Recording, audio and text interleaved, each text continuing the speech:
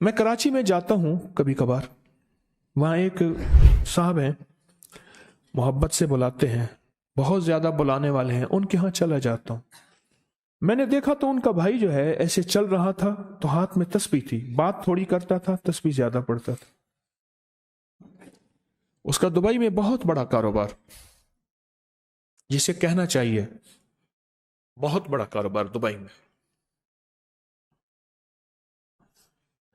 کہنے لگا گاڑی میں جا رہا تھا، کچھ لوگ آئے، گاڑی کا دروازہ کھولا، بیٹھے، مجھے لے گئے۔ پھر میرے گھر والوں کو مہینوں پتہ نہ چلا، اور اس کے بعد بڑی اذیتوں کے بعد میں چھوٹا۔ اب وہاں بیٹھ کے پھر اللہ ہی تھا تنہائی میں، اور تو کچھ تھا ہی نہیں۔ کہا کہ وہ اللہ سے ذکر کرنے اور باتیں کرنے کی ایسی کوئی مجھے عادت سی پڑ گئی ہے، اب لوگ مجھے کہتے ہیں کہ آپ جیل کی اذیتوں کی وجہ سے خاموش ہو گئے ہیں۔ میں لوگوں کو لاکھ کہتا ہوں، نہیں، وہ مانتے نہیں۔ جیسے نا بندہ کوئی غم کی وجہ سے بعض اوقات نا چپ ہو جاتا ہے، وہ کیوں کہتے ہیں؟ اسے چپ لگ گئی ہے، خاموش ہو گیا ہے۔ کہا کہ میں لوگوں کو کہتا ہوں، نہیں، میں جیل کی وجہ سے خاموش نہیں ہوں۔ اس قید نے، اس جیل نے میرے اوپر جو آزمائش بھیجی ہے، اس قید نے اور جیل نے میرے اوپر جو آزمائش بھیجی ہے، اور میں پھر وہاں ذکر کا عادی بنا، دعاؤں کا عادی بنا، تسبیح کا عادی بنا، اعمال کا عادی بنا، اور وہ عادت سی پڑ گئی ہے، اور وہ عادت سی ایسی پڑی ہے کہ بس سارا دن اب اسی میں لگا رہتا ہوں، سارا دن اب اسی ذکر میں اور اسی یاد میں لگا رہتا ہوں۔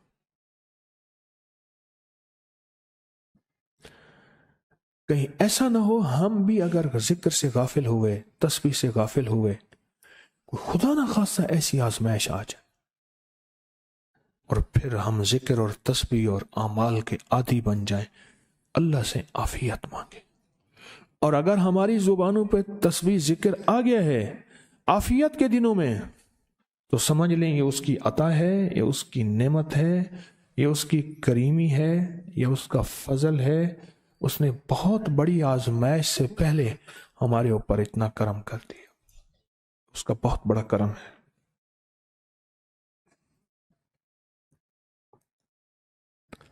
اس لیے اللہ جل شانہ کے حبیب کملی والے نے آزمائشوں سے پناہ مانگی ہے۔ اللہم انی اعوذ بک من جہد البلا، آزمائش، کوئی بلا آ جائے، ودرک شقا، شقاوت میں میرا نام آئے، بدبختی میں، یہ بھی آزمائش ہے، وسوء القضاء، میرے لیے ایسے فیصلے ہونا شروع ہو جائیں جو مجھے برباد کر دیں، ایک کے بعد دوسرا میرے حق میں فیصلہ، میرے خلاف فیصلے سارے، وشماتت الاعداء، اور ایسا وقت میرے آزمائش نہ آئے کہ دشمن تالیاں بجائے، دشمن ہنسے اور میرا مذاق اڑائے۔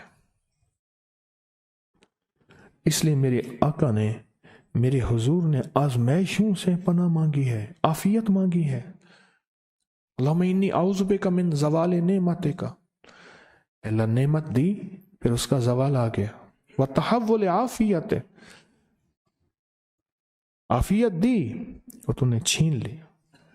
اللہم انی اعوذ بک من زوال نعمتک وتحول عافیتک وفجاءت نقمتک وجمیع سخطک، اے اللہ کو میرے اوپر ایسے حملے ہوں اور سختیاں میرے اوپر شروع ہوں، مولا میں اس سے پناہ مانگتا ہوں۔ میں مانگتا کیا ہوں؟ ربنا آتنا فی الدنیا حسنۃ، اس سے دنیا کا بہترین پیکج مانگتا ہوں، وفی الآخرۃ حسنۃ، تو اس سے آخرت کا بہترین پیکج، شاندار، لاجواب، بہترین۔ ہاں، آزمائشیں، مصیبتیں، تکلیفیں، حوادث، حادثات، ناکامیاں، بیماریاں، پریشانیاں، میں نہیں مانگتا مولا۔ اللہم انی اعوذ بک من الہم والحزن، ہم کہتے ہیں ٹینشن کو، انزائٹی کو، اسٹریس کو، ڈپریشن کو، اندر غم ہے باہر پتہ ہی نہیں، اس کو ہم کہتے ہیں، اور حزن کہتے ہیں جس پہ ہائے ہائے ہو،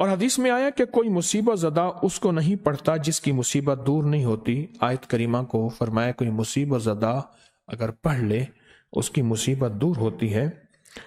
اور ایک اور حدیث میں ہے کہ کبھی ایسا نہیں ہوا کہ کسی مسلمان آدمی نے کسی چیز کے لیے اسے پڑھا ہو اور اس کی دعا قبول نہ ہوئی ہو، اور اس کو ترمذی اور نسائی نے روایت کیا ہے۔ میرے آقا فرماتے ہیں کہ میں جب شب معراج میں میرا ایک شخص پر گزر ہوا جو نور عرش میں چھپا ہوا تھا، عرش کے نور میں اتنا ڈوبا ہوا تھا، خود چھپا ہوا تھا عرش کے نور میں۔ میں نے پوچھا یہ کون ہے؟ یا کوئی فرشتہ ہے؟ فرمایا نہیں۔ میں نے کہا تو پھر یہ کون ہے؟ فرمایا ایک انسان ہے، جب دنیا میں تھا تو یاد خدا اسے اس کی زبان پر تر و تازہ رہتی تھی، اس کا دل مسجد میں لگا رہتا تھا، آج اللہ کے حضور یہ نور عرش کے نور میں اتنا ڈوبا ہے کہ خود چھپ گیا۔ دو چیزوں کی وجہ سے، ایک اس کی زبان ہر وقت اللہ کی یاد سے تر و تازہ رہتی تھی۔ جو دم غافل سو دم کافر، میں نے مرشد سبق پڑھایا ہو۔ حضور کہتے ہیں میں مرشد کے پاس گیا، میں نے کہا حضرت کو نصیحت فرما دیں۔ فرمایا میری نصیحت یہی ہے جس دم غافل ہوگا سمجھ لے وہ دم تیرا کافر ہے۔ اور کافر کے معنی اصل ہیں انکار کے، وہ تیرا دم اللہ کے ساتھ جڑا ہوا نہیں ہے۔ اور میں ذکر کرنے والوں کی مثال زندہ کی ہے اور ذکر نہ کرنے والوں کی مثال مردہ کی ہے۔ حضرت خالد بن ولید نے فرمایا ایک طرف ہزاروں تھے اور فرمایا مجھے چند دے دیں، تو پوچھا آپ کو چند کیوں دیں؟ کہا وہ سارے مردہ ہیں، وہ کلمہ پڑھنے والے نہیں تھے، وہ سارے مردہ ہیں، مجھے چند کلمہ پڑھنے والے دے دیں، یہ سارے زندہ ہیں اور یہ غالب آئیں گے۔ اور یہی ہوا، اور یہ کلمہ پڑھنے والے غالب آ گئے۔ آپ نے فرمایا کہ غافلوں کے درمیان اللہ کی یاد میں لگا رہنے والا ایسا ہے جیسے خشک درختوں کے درمیان سبز درخت ہو، اور جو غافلوں کی جماعت میں جو خدا کی یاد میں لگا رہتا ہے اللہ ہی اس کو جنت میں ٹھکانہ دکھائے گا۔ اس ویڈیو کو لائک اور شیئر کریں، اب کریے یوٹیوب چینل کو سبسکرائب کریں اور روزانہ زیادہ سے زیادہ سبسکرائب کروائیں۔ آپ دوسروں کے لیے صدقہ جاریہ بنیں گے، اللہ پہلے آپ کے دکھ ڈالے گا۔